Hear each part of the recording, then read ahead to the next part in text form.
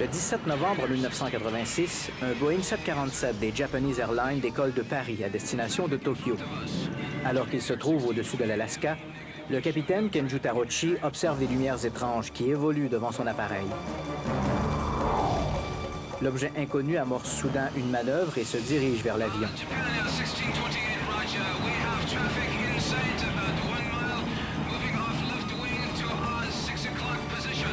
Ce que le commandant de bord avait d'abord pris pour un chasseur militaire se révèle bientôt un engin circulaire, 2 fois plus grand qu'un jumbo jet. Aujourd'hui, l'incident demeure toujours une affaire non classée.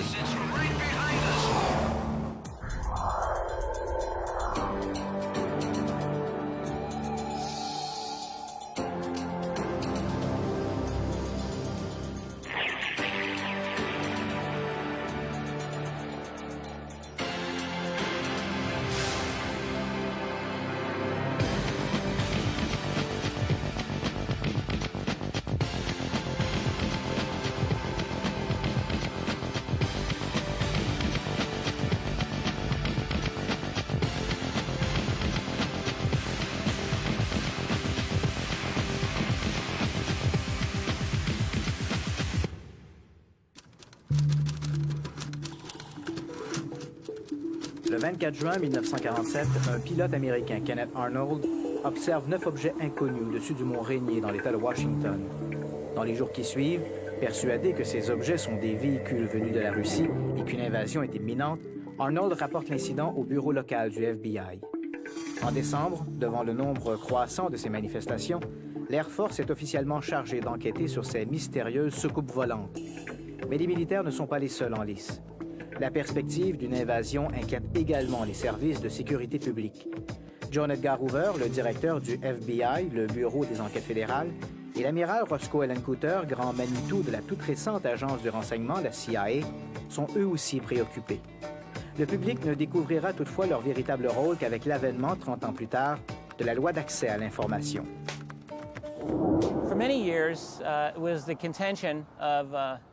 Depuis des années, on a cru que le seul organisme à enquêter sur les ovnis, c'était l'armée de l'air des États-Unis. Nous savons maintenant que c'est faux. Les rapports sur les ovnis ont été acheminés dans toutes les branches de l'armée. L'armée de l'air, l'armée de terre et la marine. La CIA s'est aussi intéressée au phénomène dès 1948, et ce, à l'échelle planétaire. La CIA a d'ailleurs accumulé d'excellents dossiers. Le FBI a monté des dossiers sur les ovnis à partir de 1947.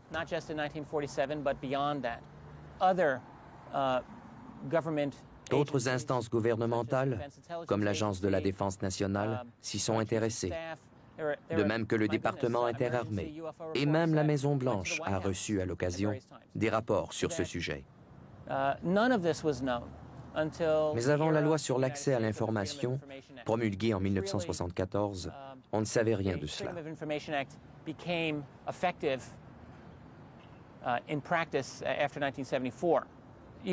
Les 10 premières années qui ont suivi la promulgation de cette loi ont été un âge d'or pour obtenir de l'information.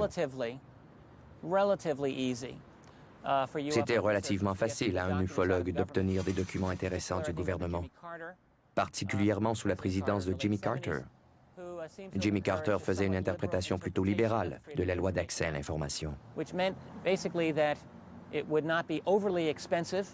À l'époque, le coût des copies des dossiers était raisonnable et la réponse des instances concernées était relativement rapide.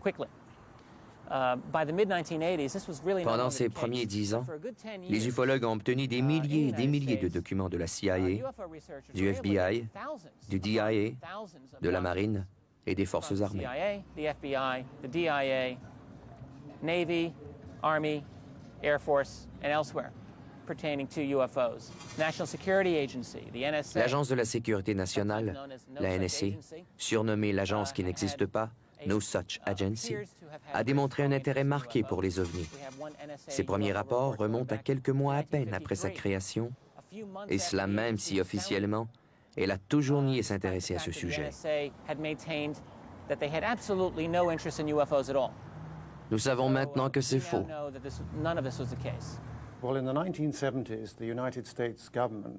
Suite à la promulgation de la loi de l'accès à l'information, dans les années 1970, le gouvernement américain a rendu public des milliers de pages portant sur les ovnis. Ces documents provenaient de diverses agences gouvernementales comme le FBI, la CIA, et plus tard, d'autres agences ont également produit des rapports. Curieusement, tous ces rapports ont été rendus publics après la négation de l'existence de tels dossiers. Toutefois, d'autres documents demeurent confidentiels, classés à un niveau plus élevé encore que top secret, et plusieurs dossiers top secret sont encore cachés pour des raisons de sécurité nationale. Quant à savoir pourquoi, toutes les interprétations sont possibles dans le cadre de la sécurité nationale. Selon moi, il est très clair qu'il existe encore beaucoup de documents classés confidentiels. Si vous discutez avec les gens des renseignements, ils vous diront qu'aucune information explosive n'a jamais été écrite sur du papier portant l'entête du gouvernement américain. Il y a donc encore beaucoup de dossiers cachés. Mais les dossiers rendus publics démontrent clairement l'implication du gouvernement et le côté aléatoire dans l'interprétation de la classification des dossiers.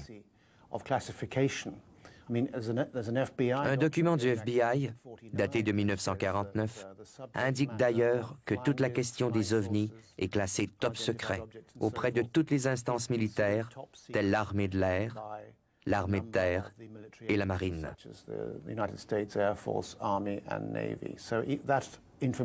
Déjà, cette information est très importante. La NSA a été amenée en Cour suprême en 1982 pour expliquer les raisons qui auraient justifié le refus de rendre publics certains dossiers. Ils ont motivé leur refus dans un affidavit de 21 pages qui est également classé top secret Umbra, ce qui signifie que la diffusion de son contenu pourrait nuire gravement à la sécurité nationale. Nous parlons bien de documents menaçants pour la sécurité nationale, et de savoir que des dossiers portant sur les ovnis sont classés de cette manière est très significatif. Cependant, j'ai parlé à quelqu'un qui a vu cet affidavit de 21 pages. Ce document ne parle pas de la récupération de cadavres extraterrestres, ni de contact entre le gouvernement américain avec des extraterrestres ou des choses comme cela. Il est peu vraisemblable qu'on retrouve de telles informations sur un document présenté à la Cour suprême.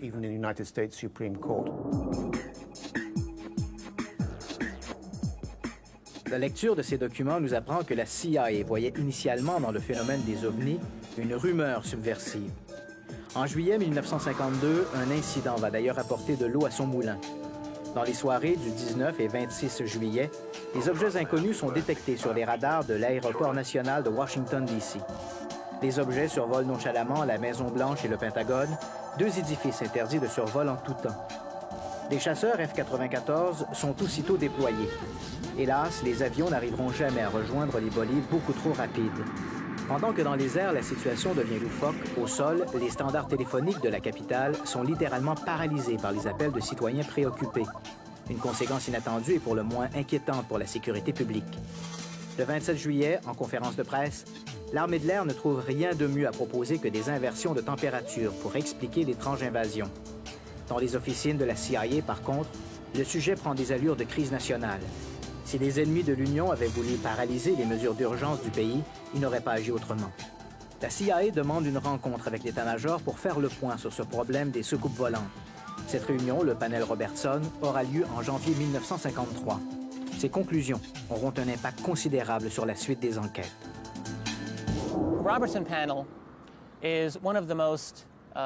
Le panel Robertson est l'un des plus importants moments de l'histoire des ovnis. Mais peu de gens saisissent toute l'importance. En 1952, la vague d'observation d'ovnis a atteint un paroxysme jamais égalé en termes de qualité et de quantité des observations.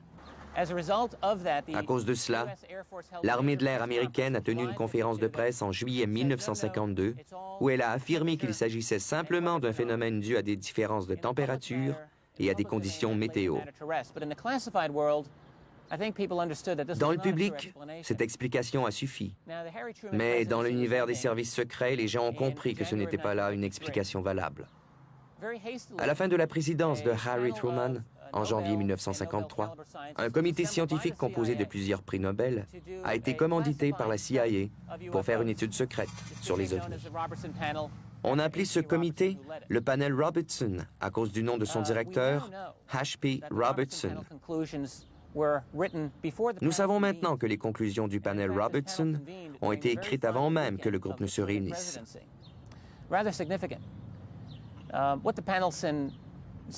Ces conclusions affirmaient que le phénomène des ovnis ne relevait pas de la sécurité nationale, qu'il n'était dû à aucune technologie extraterrestre et qu'il était impératif pour le gouvernement américain de ridiculiser ces observations et d'éduquer la population sur la vraie nature de ces objets qui n'étaient que des phénomènes naturels.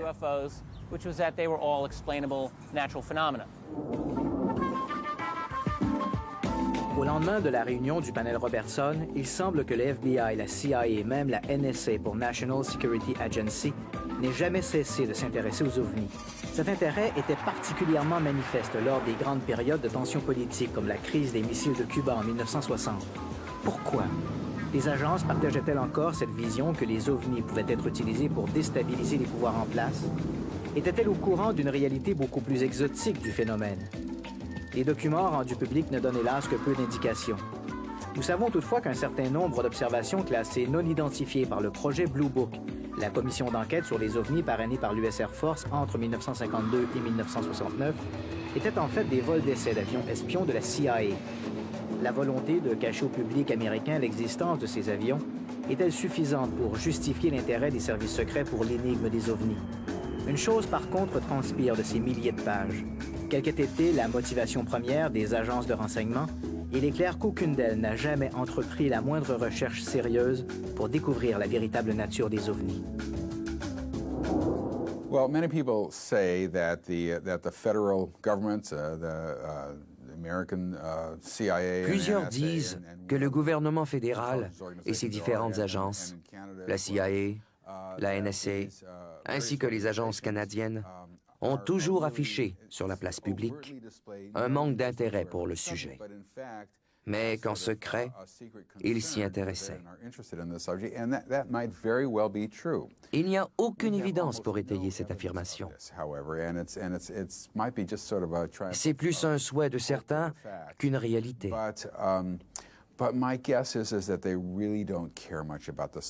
Je pense que les gouvernements canadiens et américains ne s'intéressent pas du tout à ce sujet parce qu'ils sont plutôt influencés par la communauté scientifique qui, elle, est résolument hostile au sujet, jugée trop farfelue. Je n'ai jamais vu de leur part de recherche sérieuse sur le sujet, dans aucun pays, et plus particulièrement en Amérique du Nord.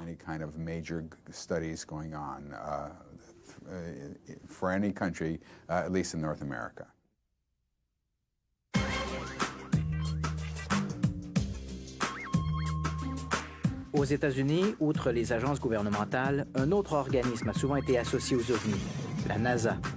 À n'en croire plusieurs auteurs, tous les vols spatiaux auraient été accompagnés par des véhicules extraterrestres. Évidemment, la NASA imposerait un silence complet sur ces incidents.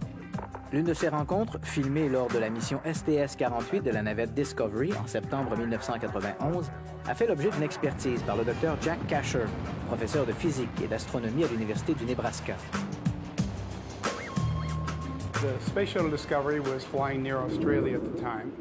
À l'époque, la navette spatiale Discovery survolait l'Australie et ses caméras de surveillance étaient braquées sur l'extérieur. Subitement, une lumière brillante est apparue à la droite de l'écran. Il y avait toute une série de lumières, mais celle-là était plus brillante que les autres. Et cette lumière s'est mise à se déplacer vers la gauche, jusqu'au moment où sont apparus, vers le bas de l'écran, à gauche, deux brefs éclairs lumineux Et comme en réaction, l'objet s'est alors déplacé rapidement vers la droite. Tout de suite après, 2 traces lumineuses sont apparues à l'image, l'une à l'endroit où l'objet se trouvait précédemment et l'autre ici. Il y avait aussi un deuxième objet qui est apparu. Il a réagi de la même façon, en remontant vers le haut de l'écran. Il y en avait d'autres, à droite, qui ont réagi de la même manière. Alors, vous avez plusieurs objets, 2 éclairs lumineux, une réaction et des traînées lumineuses qui apparaissent là où ces objets étaient. La réponse de la NASA est assez rationnelle. Ils disent qu'il s'agit de particules de glace qui étaient près de la navette. Mais c'est vrai qu'il y a souvent des particules de glace au voisinage de la navette. Et ils affirment que les fusées automatiques de direction se sont allumées et que leurs gaz d'échappement ont repoussé ces particules. C'est ce qui est arrivé. Du moins, ça peut arriver. Et si vous regardez la bande vidéo sans trop y prendre garde, c'est une explication tout à fait plausible. Mais j'ai été beaucoup plus loin que ça. J'ai pris la bande vidéo et j'ai calculé la position relative des objets en fonction d'une échelle de temps. J'ai fait des graphiques et une étude scientifique attentive sur le déplacement de ces objets et sur leur réaction aux éclairs lumineux. Et pour résumer, j'ai développé 5 arguments solides qui, à mon sens, prouvent que ces objets ne peuvent pas avoir été des particules de glace. Le film, tourné lors de la mission STS-48, n'est pas unique dans les archives de la NASA. Du programme Mercury au début des années 60 au vol des navettes spatiales, on ne compte plus les films montrant des anomalies. En juillet 1969, par exemple, à la veille du premier atterrissage sur la Lune, l'équipage d'Apollo 11 a filmé 2 lumières insolites. D'après la NASA, il s'agirait simplement de reflets sur l'un des hublots du LEM. Des explications qui sont loin de convaincre tout le monde. Je ne peux pas dire avec certitude que dans ce cas précis, il cachait de l'information. Je soupçonne que la NASA a été impliquée dans des cas d'OVNI. Et si elle l'a été, il me semble également logique qu'elle essaie de le cacher. Les ovnis sont des objets intéressants, et il ne s'agit pas ici de savoir si le gouvernement cache quelque chose, ça c'est un fait. Il a été prouvé en cours que le gouvernement possède des dossiers ultra-secrets sur les ovnis. Alors comme ces documents existent, il est probable que la NASA en ait également. Je ne peux pas affirmer avec certitude que la NASA ait été spécifiquement impliquée dans une opération de camouflage dans le cas du STS-48. Mais j'ai confiance en mes recherches et je pense que je peux facilement établir qu'il s'agit ici de vaisseaux spatiaux et non pas de particules de glace. J'ai discuté avec plusieurs astronautes et la majorité n'a pas, je crois, observé d'OVNI. Et ils ont été ébranlés d'apprendre qu'on leur avait attribué de telles observations. Mais il y a eu quelques cas inexpliqués. James McDavitt, par exemple, m'a raconté qu'il avait été intrigué par un objet qu'il avait aperçu lors d'un des vols Gemini. J'ai également des lettres d'autres astronautes qui avouent avoir été intrigués par différentes observations, dont quelques-unes d'ailleurs ont été expliquées. Je demeure totalement convaincu que ces photos montrent des particules de glace expulsées par les fusées de direction de la navette elle-même.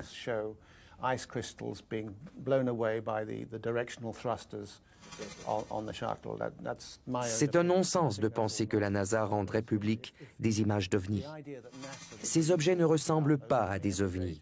Elles ne bougent pas comme des ovnis et, selon moi, ne sont pas des ovnis.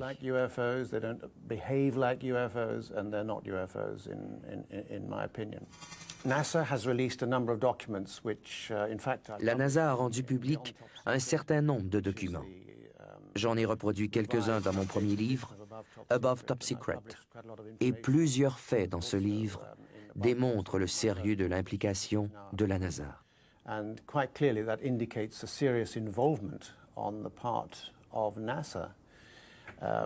Toutefois, la NASA retient une foule de documents classés confidentiels ou top secrets, et beaucoup d'autres à un niveau encore plus élevé que secret. Et donc, je suis convaincu qu'une foule de documents de la NASA nous sont cachés.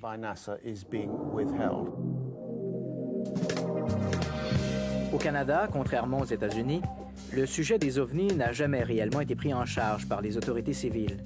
Le seul épisode significatif remonte au début des années 1950. À cette époque, un ingénieur à l'emploi du ministère fédéral des Transports, un certain Wilbert B. Smith, entreprend de sa propre initiative, mais avec l'aval de ses supérieurs, d'étudier tous les rapports d'OVNI déjà colligés par le ministère de la Défense et celui des Transports. Smith espère pouvoir tirer de cet exercice des informations scientifiques pertinentes. Son étude sera connue sous le nom de Projet Magnet.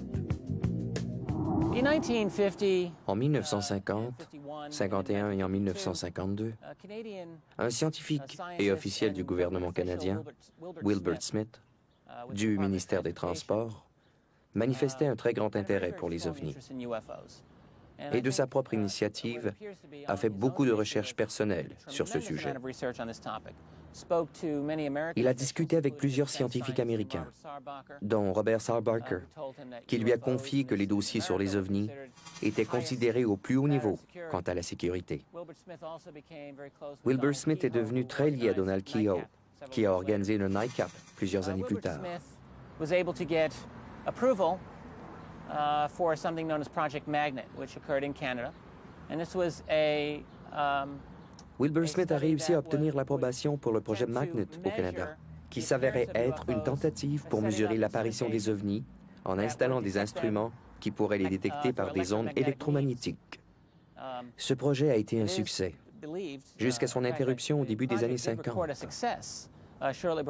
Il était clair que ce projet devait être arrêté, soit par un manque d'intérêt, ou soit par un refus du gouvernement canadien à lui donner son support. Le projet Magnet était similaire au projet américain Blue Book, au sens qu'ils servaient tous deux à filtrer les données valables sur les ovnis.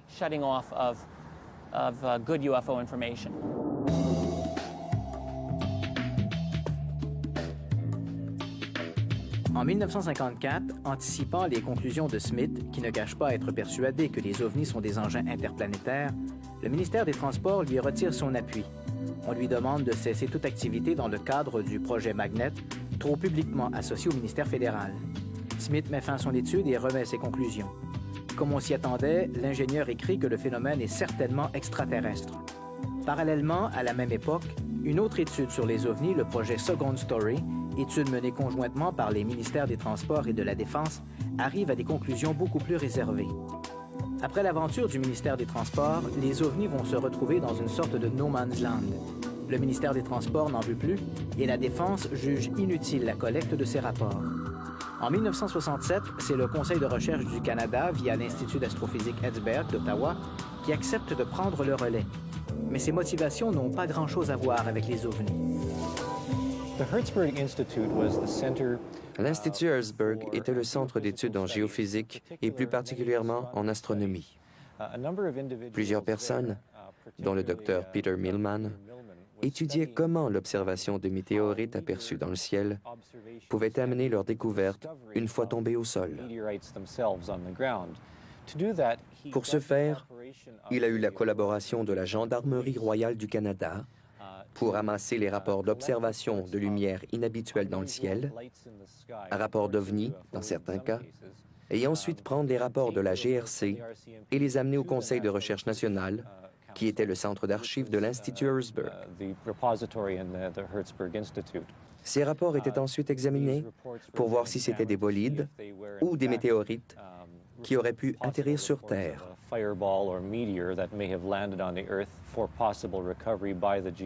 De cette façon, on pouvait espérer les faire récupérer par les géophysiciens au sol. À la lecture des rapports, s'ils considéraient que ce n'étaient pas des météorites, l'Institut les classait dans une filière où l'on retrouvait 20 à 30 cas par année de rapports de personnes ayant vu quelque chose dans le ciel, pas des météorites, mais quelque chose de plus mystérieux. Le Conseil de recherche nationale n'était pas intéressé par les ovnis en tant que tels, mais plutôt par le fait qu'une observation d'ovnis puisse les conduire à la découverte d'une météorite au sol. Pour ce faire, ils devaient recueillir tous ces rapports. Ainsi, d'année en année, les dossiers se sont accumulés et ont été transférés aux Archives nationales du Canada, où ils peuvent être consultés par ceux que la question des ovnis intéresse.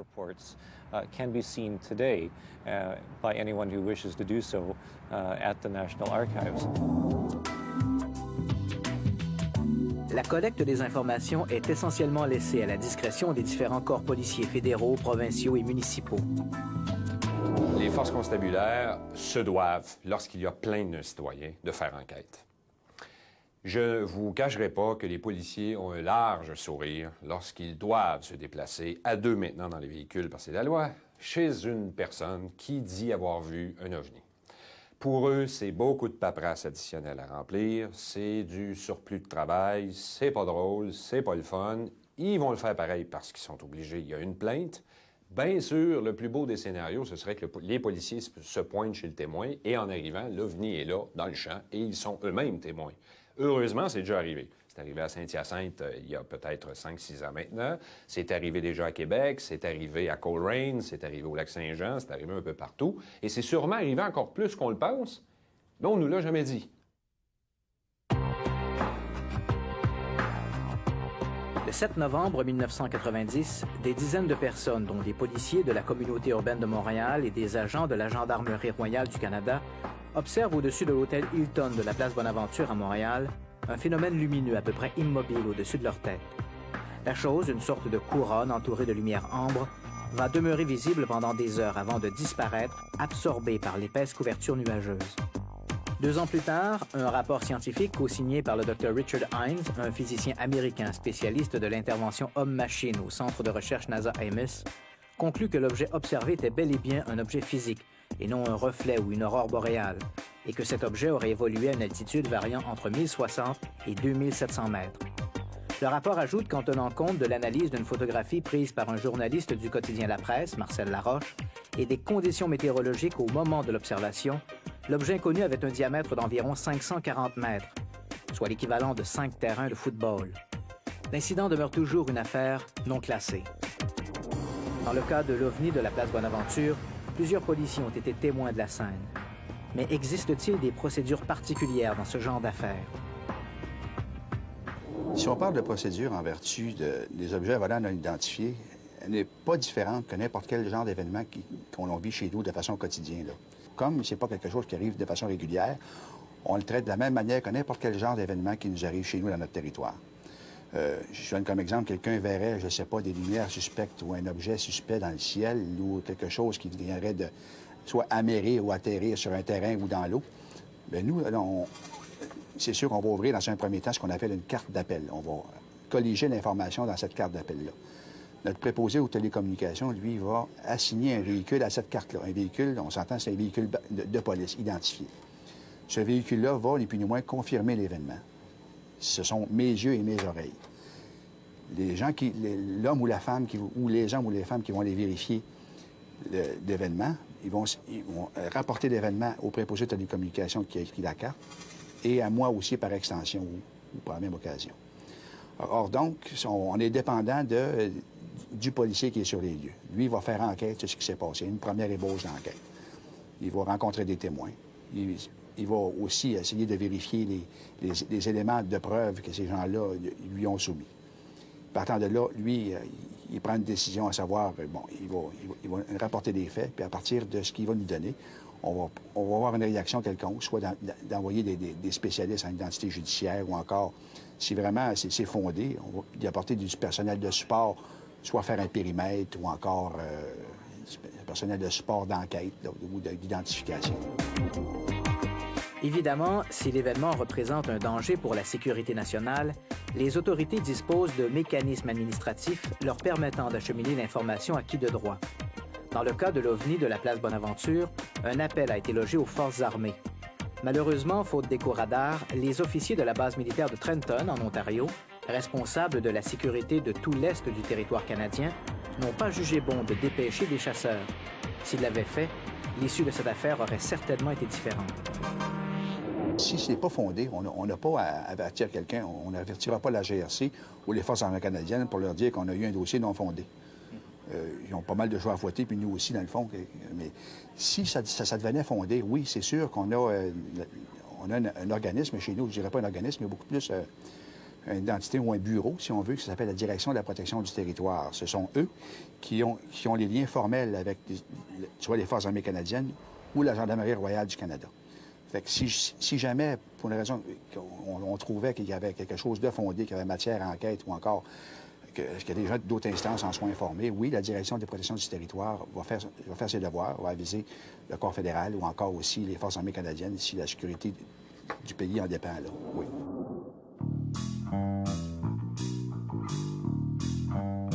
Hélas, n'en déplaise aux amateurs, ce n'est ni au service de police ni aux militaires d'étudier la nature des ovnis. Le rôle premier de l'armée, c'est de veiller à la sécurité du pays et celui des forces policières à la paix publique. Or, de façon générale, les ovnis ne représentent ni une menace pour le territoire, ni un risque pour la population. Idéalement, pour une meilleure compréhension du phénomène, il faudrait un organisme étatique, civil, indépendant de toute structure militaire et jouissant des mêmes moyens d'enquête que ceux des services policiers, mais dont l'objectif premier ne serait pas la sécurité du territoire, comme c'est le cas avec l'armée ou la police, mais les ovnis. Utopie? Non. Cet organisme existe, unique au monde, et il s'agit du CEPRA. La France s'est dotée d'un organisme au sein du Centre national d'études spatiales, donc qui est un organisme civil d'études des recherches au niveau aérospatial, puisque la mission du CNES, c'est en fait d'étudier les satellites, les fusées et tout ce qui se passe dans l'environnement aérospatial. Donc le CNES a eu pour mission en 1977, suite à l'interview d'un ministre qui s'appelait Robert Gallet et qui avait été interviewé par un journaliste qui s'appelle Jean-Claude Bourret sur d'étranges manifestations que l'on dénommait après-guerre soucoupe volante, qu'on a dénommé OVNI en France, UFO aux États-Unis et dans les pays anglo-saxons. Donc le ministre a dit effectivement la gendarmerie reçoit des témoignages, il y a des choses bizarres. Eh bien, essayons d'étudier cette chose, mais essayons de l'étudier d'une façon plus scientifique que sensationnelle ou journaliste. Et donc le CNES a été chargé de mettre en place un petit organisme d'études qui s'appelle à l'époque le GEPAN. Donc le GEPAN a été suivi par un conseil scientifique. C'est-à-dire qu'on ne l'a pas laissé partir tout seul pour étudier ces questions. On lui a dit, ben voilà, il y aura un conseil scientifique. Et ce conseil scientifique a tracé en fait la route à ce GEPAN pour pouvoir collecter de l'information, l'analyser, l'expertiser, et puis dire qu'est-ce qu'il y avait derrière le phénomène des soucoupes volantes, comme on l'expliquait à l'époque. Dès 1977, lorsque le GEPAN a été créé, le CNES a passé des accords, des protocoles avec l'ensemble des administrations, institutions civiles et militaires, de manière à pouvoir définir le rôle de chacun. Par exemple, la gendarmerie nationale, l'armée de l'air, recueille des informations, puisque ce sont des pilotes qui observent, ce sont des gens qui, dans leur travail, font une observation, ou même en se promenant. Et donc, ils le rapportent auprès des commissariats de police, des gendarmeries, et cette information nous est transmise ici, au CEPRA. Et c'est nous ensuite qui analysons et expertisons les témoignages qui sont recueillis. Donc ce système fonctionne depuis 1977 et aujourd'hui nous avons traité cette information sous forme d'une base de données. C'est-à-dire que chaque témoignage est rentré dans un ordinateur et là nous constituons donc un énorme volume d'informations puisque lorsque nous aurons complètement rassembler l'ensemble des témoignages.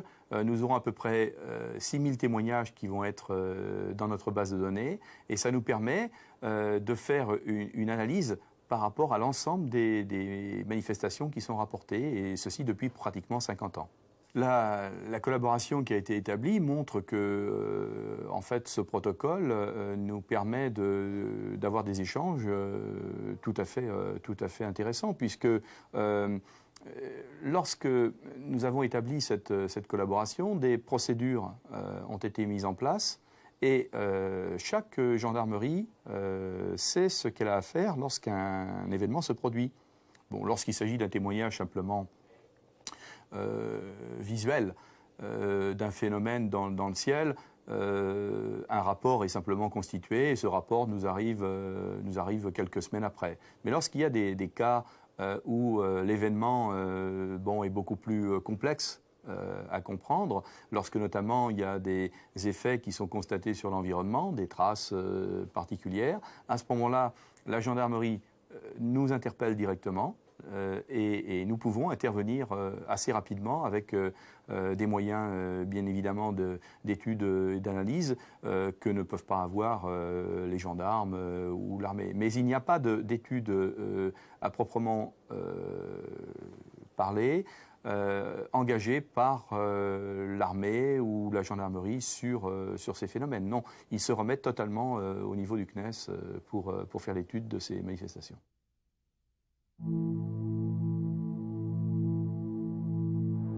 Le 8 janvier 1981, à Trans-en-Provence, dans le Var, un homme s'affaire dans son jardin. Vers 17 heures, son attention est attirée par un objet ovoïde et brillant qui descend du ciel et se pose brutalement sur un terre-plein situé en contrebas de sa maison. L'objet, qui semble fait d'un métal poli, a à peu près les dimensions d'une voiture compacte. Il ne présente aucune aspérité apparente permettant de l'assimiler à un quelconque aéronef. L'objet reste au sol quelques secondes, puis, en silence, décolle, passe entre les arbres et disparaît dans le ciel.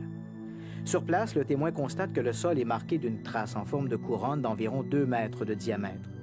Dans les heures qui suivent, il informe la gendarmerie qui, à son tour, en informe le GEPAN, l'ancêtre du CEPRA.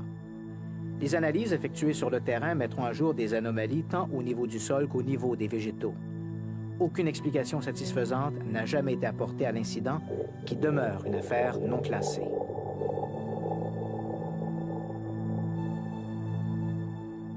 La grande difficulté, c'est de passer en fait du stade d'une personne qui observe quelque chose au stade de la compréhension de ce qu'elle a observé.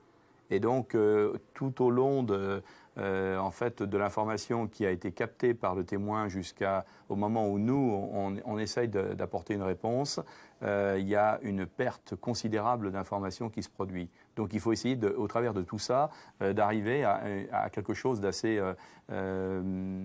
compréhensible. Alors, que représentent ces phénomènes globalement ? On peut dire qu'elles représentent aujourd'hui, depuis les années 50 jusqu'à aujourd'hui, environ 12% des cas qui demeurent inexpliqués. Alors ces 12% de cas inexpliqués, ils représentent quoi ? Eh bien, ils représentent toute une variété de phénomènes aux caractéristiques physiques et évolutives tout à fait particulières. Ça peut être, par exemple, des trajectoires en zigzag, en feuilles mortes. Ça peut être des phénomènes qui se déplacent silencieusement et qui vont, par exemple, provoquer des interruptions de lumière lorsque quelqu'un est en voiture et qu'il va croiser une manifestation. Ça peut être des gens qui observent des formes proches du sol et qui vont ensuite disparaître dans l'atmosphère. Donc c'est tout un ensemble d'événements que nous ne pouvons pas assimiler à des phénomènes connus.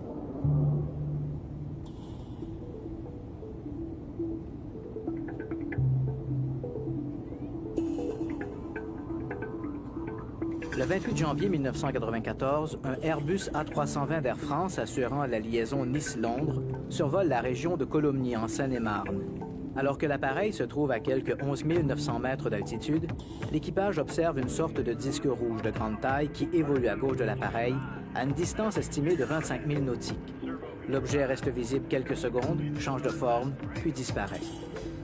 Au même moment, les contrôleurs du centre d'opération de la défense aérienne de Taverny, qui assure la couverture radar de la région, voient apparaître sur leurs écrans un écho non identifié qui croise la trajectoire du vol 3532 d'Air France avant de disparaître.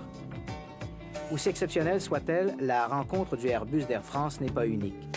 Chaque année, les agences qui assurent la sécurité dans les transports aériens, supervisées pour la plupart par l'OACI, l'Organisation internationale de l'aviation civile, doivent composer avec de tels incidents. Ces rencontres inexpliquées font rarement l'objet d'une publicité tapageuse. Pourtant, dans bien des cas et à leur insu, la sécurité des passagers a été menacée. Le 9 août 1997, un Boeing 737-300 de la Swissair faisant la liaison New York-Philadelphie évite de justesse un objet volant non identifié. Le 6 janvier 1995, quelques minutes avant de se poser à l'aéroport de Manchester, en Angleterre, un Boeing 737 des British Airways évite une collision avec un objet lumineux de forme triangulaire. L'OVNI évolue en silence et échappe à toute détection radar. En août 1984, un appareil des Condair Airlines se pose en catastrophe à l'aéroport d'Ipswich, en Angleterre, après avoir heurté un engin volant non identifié. Le rapport des agents de l'aviation civile britannique mentionne que l'avion présentait des dommages importants à l'un de ses moteurs, à un hublot, à une partie de son fuselage, à un aileron et à des câbles hydrauliques. Dans tous ces cas, aucun organisme n'a été en mesure de fournir une explication rationnelle, pas plus les enquêteurs de l'aviation civile que Jean-Jacques Velasco du CEPRA. Alors la position du CEPRA par rapport à ces cas inexpliqués est la suivante. Nous avons des phénomènes qui ne répondent pas à des connaissances que nous avons aujourd'hui sur la possibilité de construire de tels objets. Donc si nous n'avons pas cette possibilité, ben, ça veut dire que ça vient d'ailleurs. Et si ça vient d'ailleurs, eh bien l'hypothèse, et uniquement l'hypothèse extraterrestre, demeure une hypothèse qui est vraisemblable, qui n'est pas vérifiable en tant que telle, parce que, bien évidemment, nous ne pouvons pas interpréter globalement ces phénomènes, mais c'est une hypothèse de travail sur laquelle des scientifiques peuvent tout à fait travailler. En France, on est dans une situation assez particulière, puisqu'en 1977, le CNES, le Centre spatial à Toulouse, a créé une cellule pour s'occuper des ovnis. Alors ça a été créé à l'initiative de Claude Poher, qui est un ingénieur qui est maintenant à la retraite, mais qui travaillait au département fusées-sondes, et qui s'intéressait au sujet, qui avait lu le rapport Condon, et qui, en lisant le rapport Condon, s'était dit le sujet doit être intéressant, si on a écrit 1000 pages pour le rejeter. Et donc a lancé tout un tas d'enquêtes. Et ces enquêtes ont continué. Le GEPAN, je crois, en début des années 80, a été transformé en CEPRA, c'est-à-dire que le CNES a considéré que c'était plus la priorité, on va dire, ça n'a jamais été la priorité, mais disons qu'il y avait d'autres sujets qui les intéressaient plus.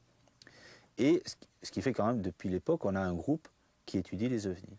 Alors ce groupe a déclenché tout un tas de controverses, bien évidemment, puisque les ufologues, après, se sont demandé s'ils ne cachaient pas la vérité, un peu comme selon le même scénario où on accusait les Américains de cacher la vérité.